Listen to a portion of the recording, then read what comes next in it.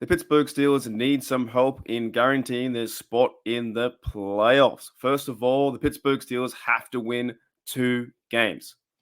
G'day, guys. Welcome back to Steelers Nation Australia. You need to go and beat the Seattle Seahawks. That's first. First of all, get that done. Mason Rudolph is now the starter. So Kenny Pickett, I still think, is having a bit of injury woes here and there. But I say it's going the right direction. Mason Rudolph handled the Bengals. Had a great game, 30 points, 2 touchdowns, yards, Pickens. It all got involved. You've got to beat the Seattle Seahawks. The next thing is they need some help from some other teams.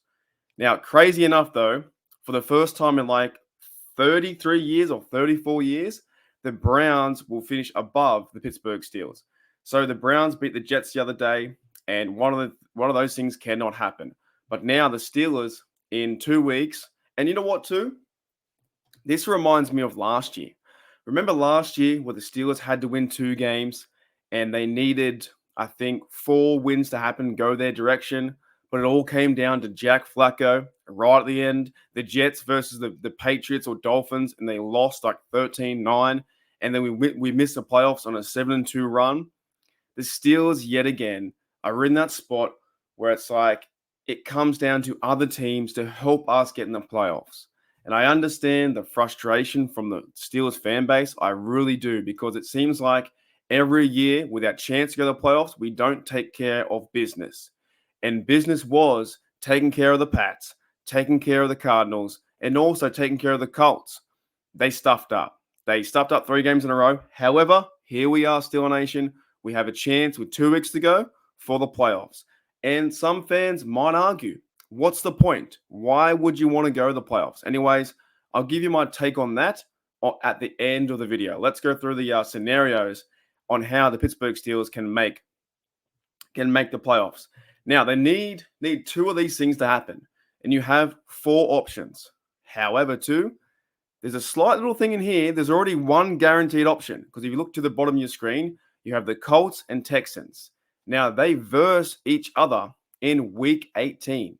So either the Texans will win or the Colts will win. Guaranteeing is one of those things is going to happen. Then you are left with the Buffalo Bills and the Jaguars that they need to lose 1 game. The Buffalo Bills could lose to the Patriots. The Jags, without Trevor Lawrence, they could lose to the Panthers. If one of those things happens in Week 17, then all we have to do is beat the Seahawks and beat the Ravens, beat back-to-back birds to kill two birds with 1 stone, and then we're in the playoffs, right? But I understand, too, it's not as easy as it sounds. Seahawks are a tough team. They're trying to go to the playoffs, too. The Ravens don't want to see us in the playoffs. They would love to try and eliminate us in Week 18.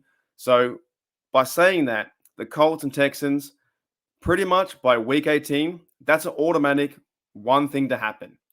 We're back down to Jaguars or Bills. Now, I did promise you guys, I was saying that what's the point in making the playoffs? I'll hear this argument. You'll hear about one side will say, there's no point. If we get there, we will get stonewalled. We will get crushed. To me, I love football. I love watching football. I love the story. And you know what? If Rudolph takes us on like a magic ride over the next 2-3 weeks or playoffs, and if we go to the Super Bowl, it would be fantastic and an unbelievable story. Now, what's the likeliness of that going to happen? Probably like a 1% chance, but there's still a chance that it can happen. So at this point, I'm not thinking about draft picks. I'm not thinking about, whoa, we're going to get crushed. Get yourself in the dance.